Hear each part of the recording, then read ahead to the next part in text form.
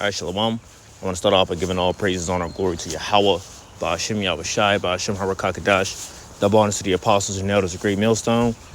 Peace and salutations to the hopefully elect, coming at you with another lesson to the spirit and power of Yahweh, Ba'ashem Yahushai.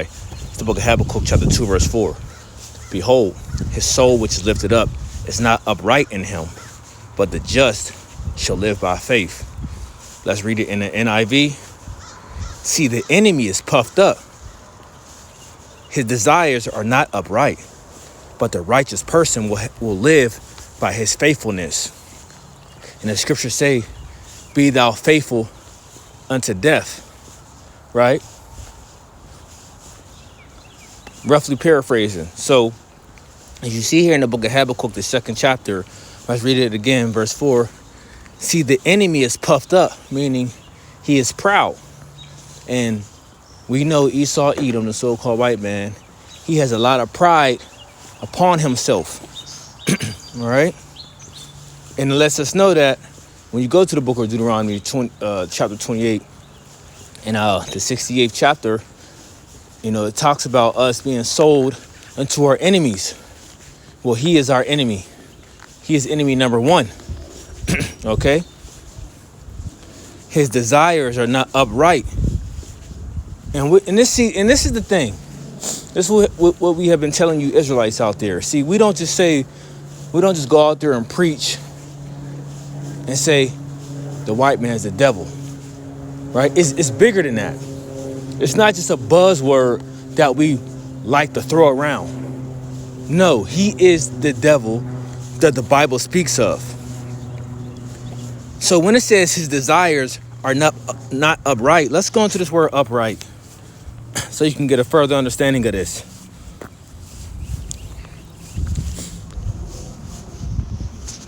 Strong's H 3474. Yasher. Yashar. It says to be right, to be straight, be level, upright, be lawful, and we know he is unlawful. He's the man of sin. Be smooth, to be pleasing, to be agreeable. And he's definitely not the one that's you can be agreeable with. To be straightforward, nope. Because he is a man of deceit, right? His mouth is smoother than butter. Matter of fact, let's jump and get that real fast. Let's go five chapters up. Psalms 55, verse 20. He hath put forth his hands against such as be at peace with him. He hath broken his covenant, right? He has broken his agreements. He is not an agreeable person, right? They are not an agreeable people. The words of his mouth were smoother than butter, but war was in his heart. His words were softer than oil, yet were they drawn swords. See, this is the characteristics. This is the trait of Esau Edom. The same individual, the same nation who our people put their love, and their trust in. And the scriptures tell us what? In the book of Ecclesiastes, chapter 12, verse 10. Never. Well, it says never once, but I just added the extra two. Trust thine enemy. And this is what our people have done. It says the words of his mouth were smoother than butter, but war was in his heart. His words were softer than oil, yet were they drawn swords. So, as he comes to you in the name of peace, right, in the showing forth of love, he's really planning how to undermine you, how to destroy you. You see, he's very good. He's very good at playing mind games, because this is what he does. And once he gets into your mind, he destroys you. So it says to lead, and we know he's not a leader. To direct, the only thing that he directs all throughout the earth is wickedness. So that's the point, going into a person that is upright.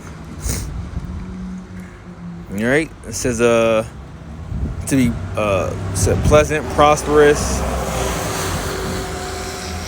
Yeah, so this doesn't fit Esau, right? He's not upright. There's nothing upright about this individual. And you're going to see what I'm talking about in a second.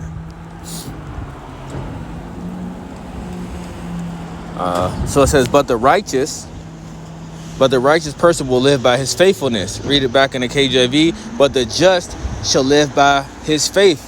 And that's what we're leaning on. We're leaning upon Yahweh B'Shem Yahushai and trusting in him. That is our faith. Okay? That is our faith. And you people that put your faith into this system, you're going to lose. You are going to lose because the system is going to fail. And this is what we're telling you. We're going right ahead. Now, I'm going to show you a clip of this man's desires. I'm going to show you a quick clip. And we're going to show you, and these are some of the things that we be talking about of why we call this man the devil. Right? Like I said before, this is not just a buzzword that we just throw around. No, it's said for a reason. Check this out. Now, in the past, many tyrants and governments wanted to do it, but nobody understood biology well enough. And nobody had enough computing power and data to hack millions of people. Neither the Gestapo nor the KGB could do it. But soon, at least some corporations and governments will be able to systematically hack all the people. What are you talking about? What are you hack people? Well, we know where this is going. Let's continue. Humans should get used to the idea that we are no longer mysterious souls. We are now hackable animals. Data. Like we have been saying, they want you on a grid. This devil wants your soul. You see? You see how the book of Habakkuk chapter 2 verse 4 is coming alive now when you watch a video like this? His soul which is lifted up is not upright in him. Right? Let's go back to that again. It says, verse 4, Habakkuk chapter 2 verse 4. See, the enemy is puffed up. His desires are not upright. Might enable human elites to do something even more radical than just build digital dictatorships. By hacking organisms, elites may gain the power to re-engineer the future of life itself. Because once you can hack something, you can usually also engineer it. And if indeed we succeed in hacking and engineering life, this will be not just the greatest revolution in the history of humanity. This will be the greatest revolution in biology since the very beginning of life 4 billion years ago. For 4 billion years, nothing fundamental changed in the basic rules of the game of life. All of life, for 4 billion years, dinosaurs, amoebas, tomatoes, humans, all of life was subject to the laws of natural selection. Oh yeah, and sometimes you gotta eat the meat and spit out the bones when they say madness like that. Oh look, 144. Call halal yum Yahweh B'Shem Yahushai. So I made this statement. Hey, look, the spirit don't lie. So you gotta eat the meat and spit out the bones when you hear BS like that. 4 billion years. Devil, what are you talking about? 4 billion years? No. Absolutely not. The earth is not even, if I'm not mistaken, it's not even over 12,000 years old, dude. You talking about 4 billion? You out of your mind. And to the laws of organic biochemistry. But this is now about to change. Science is replacing evolution by natural selection with evolution by intelligent design. Not the intelligent design of some god above the clouds, but our intelligent design and the intelligent design of our clouds, the IBM cloud, the Microsoft cloud. These are the new driving forces of evolution. Well, so what are they saying? What are they saying? They're saying cancel out the Most High.